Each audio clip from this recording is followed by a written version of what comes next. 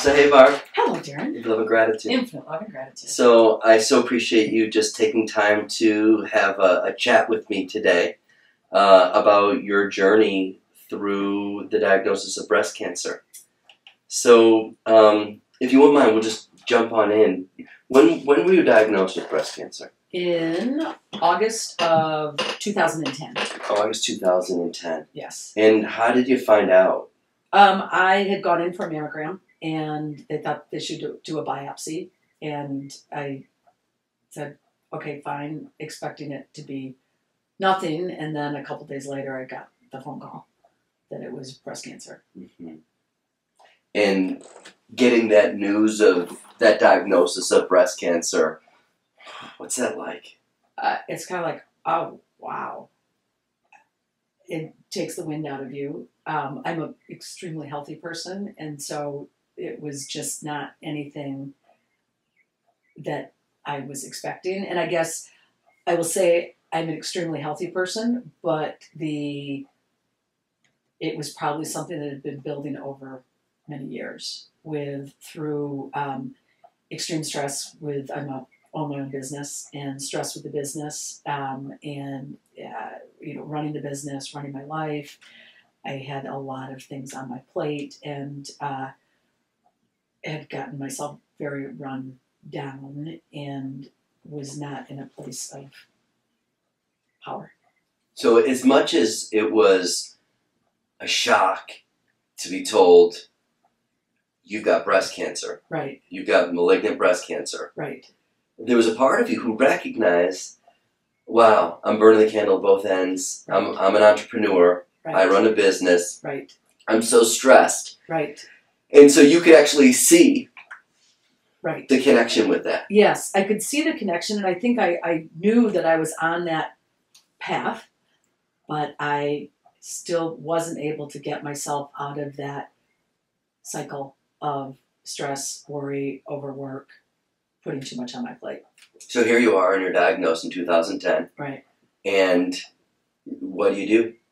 Well, the first thing I have, Louise Hayes is someone who I've followed and read her book for many years. So her book, You Can Heal Your Life, and it has symptoms and beliefs or thoughts that might be relating to that. And I've used that as a reference book before. So your initial response was holistically minded, thoughts create my reality, I don't like my reality, change my thoughts, go to You Can Heal Your Life, Louise Hayes' book, yes. And you look up the correlation of the beliefs that are associated with breast cancer. Yes. Huh, that's amazing. Yes, for sure. That was where, and I was, and when I got the diagnosis, it was, okay, what do I do here? And so I termed it, I'm putting together my own holistic chemotherapy, was the way that I kind of phrased it. And I put together, slowly figuring it out. There's,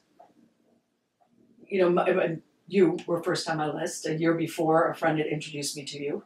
And I had some knowledge of your work. And it was immediately, okay, here are the people on my list that I'm going to call and start looking into and figuring out what to do. And so that's how I connected with you. And the people on your list, because let's take a full circle here. Yeah.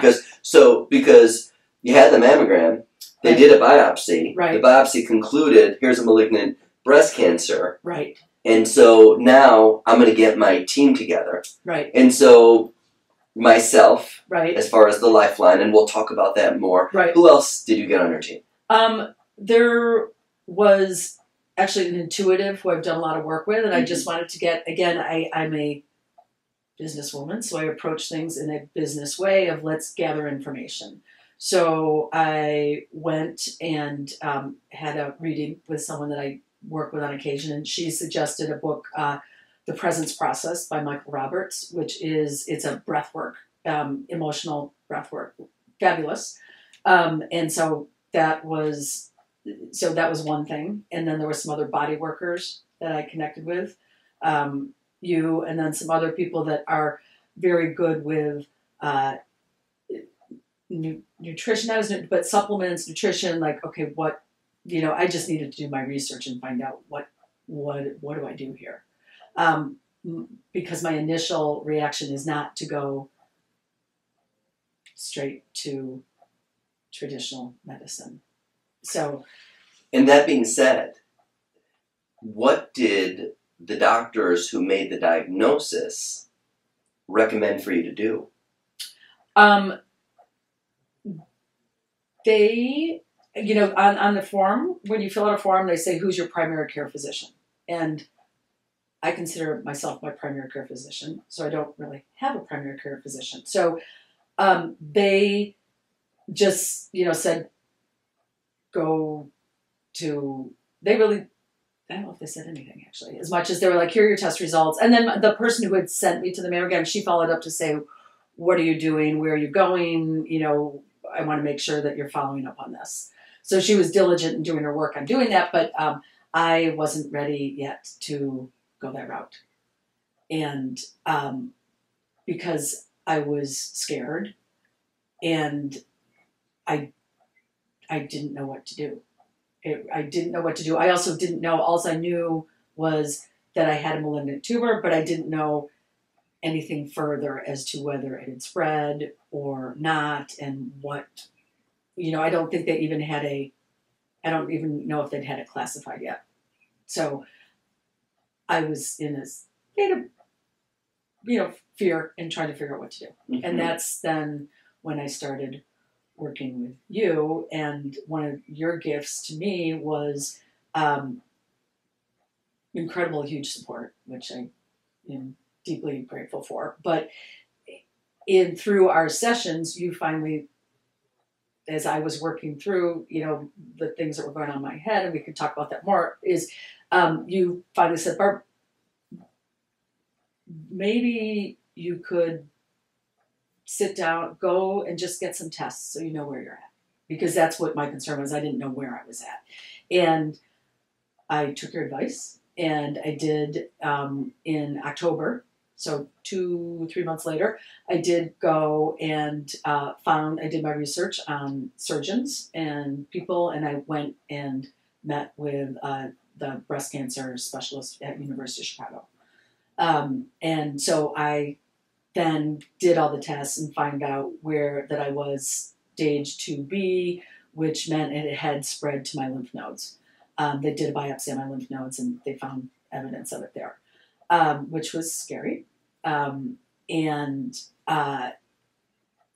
then they, of course, recommend, surgery, chemo, radiation, the full thing. Unfortunately, mine was higher up, so they thought that they could do like a partial mastectomy instead of a full-on mastectomy. But my question to the doctor was, look, this is how I think. This is how I approach health and healing. And tell me what's going on here. Am I going to die if I don't do anything in a year? Am I going to die? Just tell me, am I going to die in a month, a year, 3? And she said, you need to do something, but no, you're not going to die in a year. But I knew that whatever I did, I wanted to do it out of love, not out of fear. Yeah. And that was my guiding principle, that until I was ready to do it, because it is my conscious choice that I think this is the best for me, I wasn't willing to compromise on that. It's a profound statement. Yeah.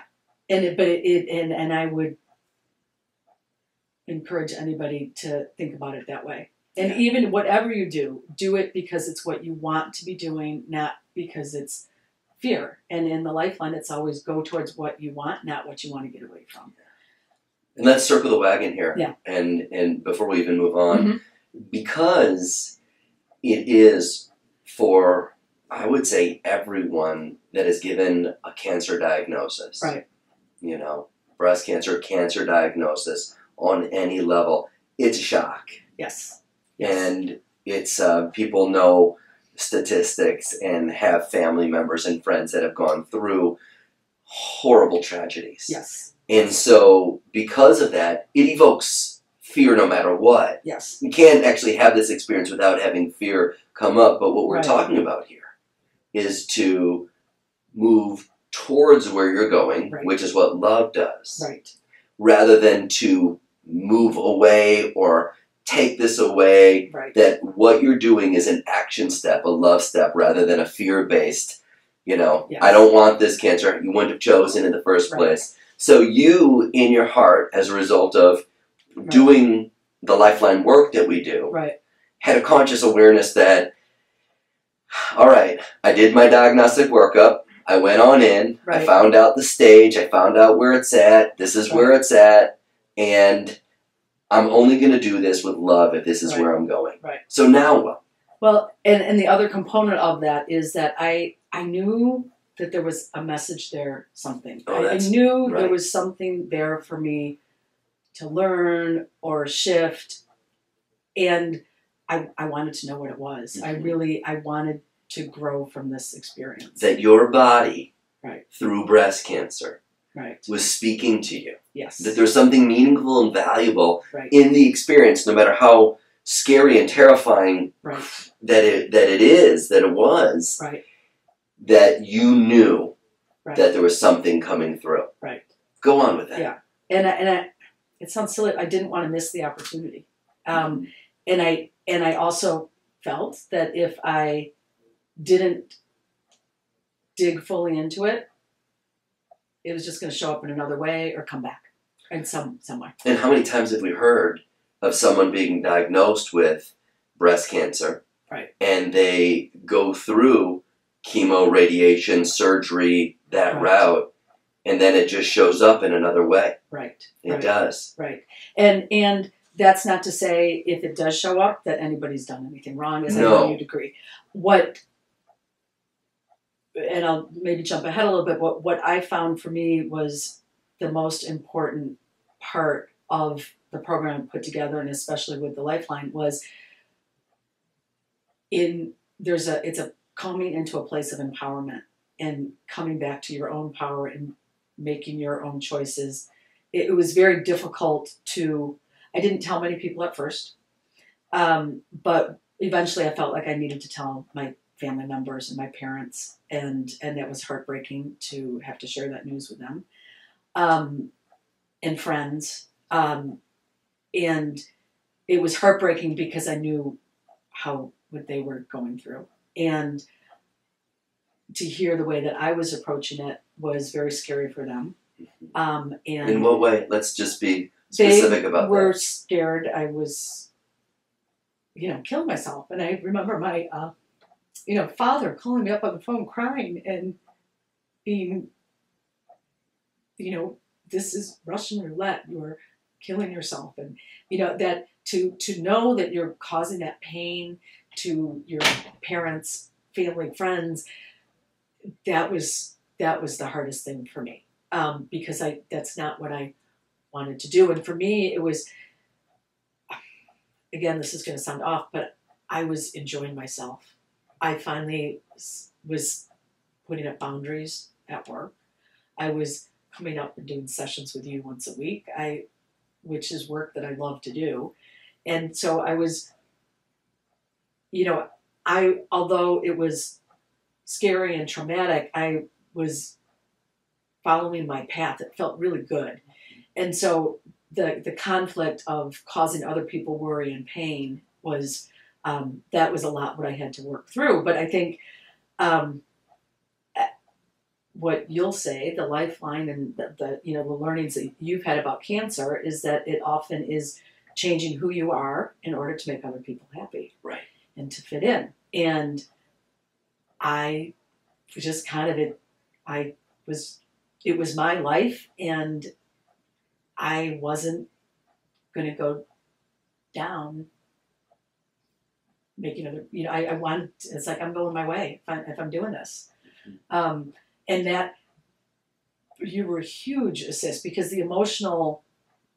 It's so emotional. It's so emotional. It's so emotional. And it's not just little, these are lifelong, past life, whatever people believe, but these are lifelong patterns that finally are showing up. Right. And so it wasn't just saying, I'm doing this and, holding my path to people around me. It was like a whole shift in who I was in stepping into my power. And it wasn't just this instance. It was a me claiming, really stepping into my life as who I am as a person. And so as a result of that, you created a clarity, so you knew the urgency of what you could do to support yourself on your journey, but a value for you is to understand that the body, when it has a symptom, when there's a disease, that it doesn't happen randomly, that there's meaning and value in it, and that you wanted to discover it. And I love what you just said, that, in your understanding, and, we'll jump ahead a little bit, as a result of, finding LifeLine and experiencing, you got certified in the LifeLine technique. Yes, I did. Yeah, so you dove on in and you learned how to use this for yourself. And part of the learning is we know that what goes on in the physical body goes on in the energy body. Yes.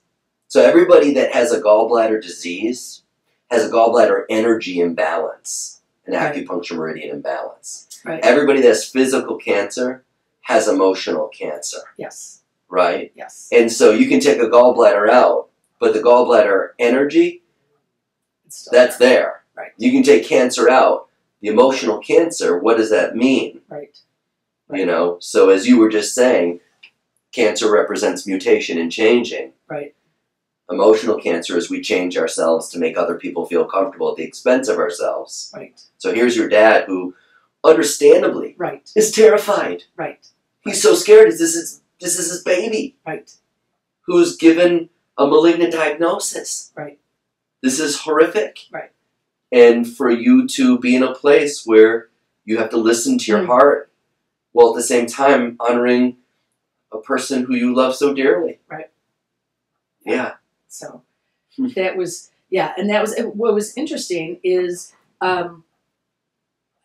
as I started opening up a little bit more about what I had going on, there were an amazing number of people who were actually very like, oh, you're doing the right thing. Because they had had experiences of people with cancer going the other way without doing anything from an emotional, mental, nutritional side, and had seen the effects of it. And so they were like, no, great. I think you've got a point there. Keep going.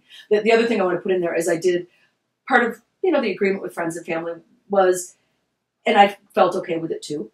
It's what I wanted to do, was that I would agree to keep an appointment with the surgeon every 6 to 8 weeks. So I was monitoring it as well. Yes. And it was, and the fun part was, seeing things start to shrink. And that was fabulous. Really, felt great. What then my next stage was of, what I do know about the energy body, and I do wholeheartedly believe that this is the way to heal. And my thought, man, if anybody can do this, I can do this. And so I, was on my path. I looked at a lot of different things, and I think that's important. You need to research, try different things, and what doesn't feel right, you tried it, move on to the next thing. So I tried a few different things. I do believe, I think there is a correlation between sugar and, foods and dairy and all that. It's not bad for you, but if your body's already weakened, I think it's helpful to give it proper support. So I, first, I always ate a lot of vegetables, but I, went to a plant-based diet. So no more dairy, no more meat, and no sugar, no alcohol.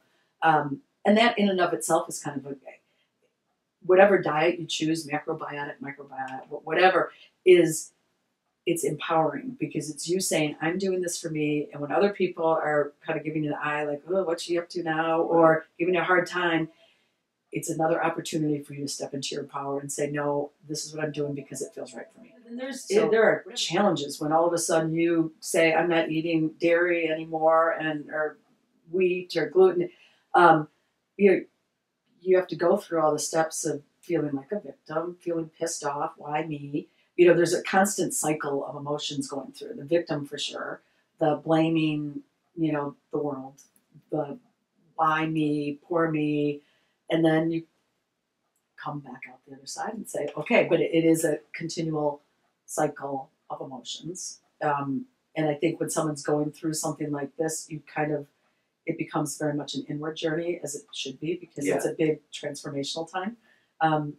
So you just kind of focus in on, you start cutting out the things that are not important to you anymore, and start really just getting rid of all the things around that you've been doing, but they don't fulfill you that much. They don't match up. Right. So give me a day in the life.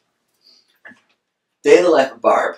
Back then or now? Now. Oh, now. Well, I have a fabulous team of employees, and who I am getting much better at delegating, and they are running.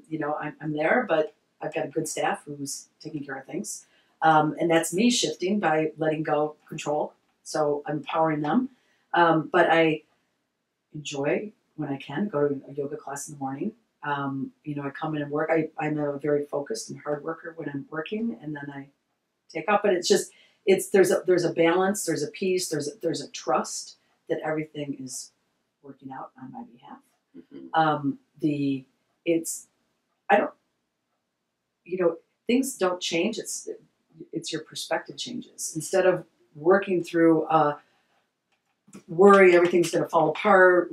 When is it? I'm not going to be able to what's going to happen to me? Instead of looking at everything with that sort of perspective, instead I'm in a much more ease of place of, infinite love and gratitude. Everything's working out. It's fine. This comes up. We'll figure out how to deal with it. It's fine. It's just my personal sense of safety and security is huge compared to the worry and anxiety that I lived under before. Peace, love, compassion. They're little shifts that it's hard to put firmly, it's not like clear ... but you can just see shifts in the way you are. And I've had people, even mention to me, wow, you just seem different. You seem lighter. So that's, how it has impacted my life. And another thing that I want to touch base on is, for me, with my beliefs, one of the hardest things that I had to process, that again you worked with me through, was, darn it, this tumor isn't shifting enough. It's not going away. And I was like, darn it, if anybody can do this, I can do this. I'm doing everything. I can make this happen. And it came a year later, just a little, in July or so. I was eating raw. I'd been really on the program for a long time, and it had great shifts in my life. And it was finally like someone who's training for the Olympics for 4 years and they don't qualify. Do you want to train for another 4 and keep going and try again? And I was kind of ready to say, you know what am I going to do here? But I had to deal with feeling like a failure, because how come I couldn't heal it holistically? Feeling like I was letting people down who believed in the way that I was doing it. Feeling, and definitely there was a big sense of failure that I had to get over. But again, that relates to overall reactive patterns throughout our whole lives of feeling like I'm going to let people down. So, there was a lot of emotional just around deciding to finally do surgery. But I did say, okay, you know what? I'm ready to do surgery. But it did take me a while to work through all those emotions of feeling like, how come I can't do this? And I will say that the biggest gift of all that was I feel like if I had healed it solely through holistic means, my righteousness and ego would have been not helpful to supporting other people going through the same journey. Yeah. So it was infinite love and gratitude to the blessing that it came that way. I remember our conversations. Yeah. And what a blessing for your courage. Yeah. To do what was necessary. Right. And to bridge Western and holistic, the mind, right, so that you could continue to move towards. Because when you chose it, right, it was moving towards something still. As much as you cut out a tumor, right, it was an action step. Right. Yes, absolutely. No, and that's why it was like I'm doing, and it was kind of fun. I mean, it was interesting. It was a new experience. Have fun. I know, but you actually, because you dive into the process of life. Right. You live life. Right. And most people don't. Most people are ping pong, Barb, from one moment to the next. That's why it's not like, oh, do one thing or not do the other thing, or, that's bad. There's consequences to everything in life. Yes. And to make a choice of the highest conscious level, nobody knows what tomorrow's going to bring. Right. And what a powerful thing that here you are, 2010, being diagnosed in this way and going through this and really giving it your all and getting to this point where you, from your heart, make a decision to have surgery. Right. And, Right. And it was really, I did a lot of other things to support it, but I do need to say the LifeLine was my foundation. How do you use the LifeLine, and what do you mean by that the LifeLine was the foundation? Because a lot of people that are watching this right now are like, I don't know what the heck the LifeLine is. I want to know what this is. Yeah. What is it? What is the LifeLine, and how is it a foundation for when you're dealing with a stress such as, I got to have a tumor removed from my breast? Right. Well, it's dealing with the emotions and the thoughts that come up, and recognizing, being aware when they come up, feeling the emotion that's underneath it, and then feeling it and using the words, and looking at it like, what's here, where there's something, recognize that anything that comes up, there's something there to be listened to and learned. And so just as I'm being aware of what things are coming up and saying, okay, how am I going to deal with this? And, using the mudra, infinite love and gratitude, and the words, infinite love and gratitude, and just a constant process of paying attention to your emotions. It's really, it's the art of being present. Mm-hmm. And that is a practice. It doesn't just happen. It's something that you need to, most need to, in our busy world, need to consciously take time to sit and be quiet and listen to what is going on inside. Mm-hmm. And that, is the gift of the LifeLine, and it gives you the tools to excavate emotions that might be, because they're coming from the subconscious, that they're not as clear. And this, following the system, things pop up, and it's, there's wonderful revelations now. We start to see patterns. Yes. Yeah. We start to recognize, yeah. Oh, that's that thought is directly related to this feeling, that's directly related to this behavior, that's directly related to that symptom. Right. LifeLine starts to create a lifeline that strings it all together. Right. Yeah. So profound. Yeah. Yeah. If you were to say, to someone who might be listening and they were just diagnosed with breast cancer, what kind of advice would you give? You've got time, probably. So sit and take a step back and, don't go into panic mode. Do a little research and find, I definitely would say, look at the LifeLine. Even just doing the healing circle that you do once a week is phenomenal. Read books. Louise Hay's book is a good, basic, general, epic. It's a really simple explanation, but there's stories in there. And go find, put together your own team. You become your own doctor. The doctors are just part of your team. They are not the one leading you. And I don't mean that to be dismissive or negative towards the doctors who do very well in what they do, but they have a very limited understanding and very limited approach because that's all they've been trained on. Now it's opening up, but you need to claim what you want. For example, tamoxifen is kind of a drug that they put you on. And I was taking it and it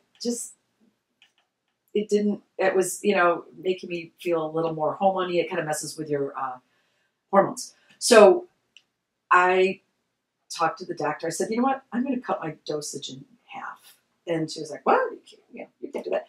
But I explained to her, I said, look, they come up with these dosages based on whether you're, 200 pounds or 100 pounds or whatever. It's not. So I feel that this is what feels right for me. And she was like, okay, that makes sense. So they're fine with it, but you need to speak up and support. And you know what? Find support. That was the biggest thing is if you are, find support and do the emotional work. That's however you go to it.